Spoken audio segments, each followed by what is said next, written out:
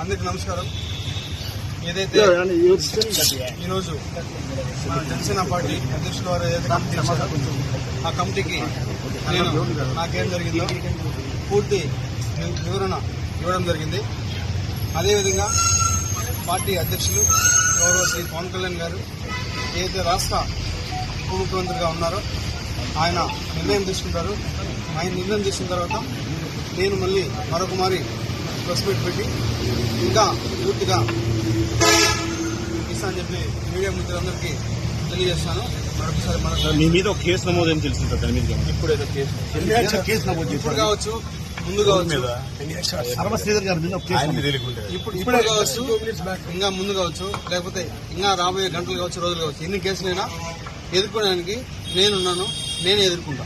వాళ్ళు 100 కేసులు పెట్టినా కూడా నేను వాళ్ళకి క్లారిటీగా విత్ పిన్ టు పిన్ ఇప్పుడు ఏదైతే కమిటీకి ఇచ్చానో అదే విధంగా నేను మళ్ళా కోర్టుకు కావచ్చు, లేకపోతే ఇంకేదైనా కమిటీకి కావచ్చు, చట్టపరంగానే నిర్ణయాలు తీసుకోవాలని చెప్పి నేను ఈరోజు మీ మీడియా మిత్రులందరికీ తెలియజేస్తాను. నాకు ఎవరైతే ఆ వ్యక్తికి జరిగిందో పూర్తిగా ఇది వ్యక్తిగత విషయం. దయచేసి ఎవరు కూడా పార్టీలకి వద్దొద్దు.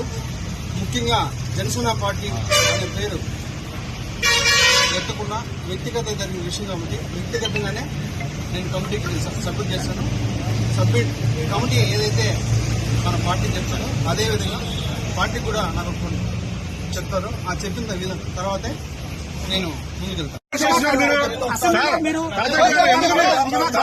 ఎందుకు కాంట్రవర్సీ చేస్తున్నారు మీరు ఎంత కాంట్రవర్సీ చేస్తున్నారు?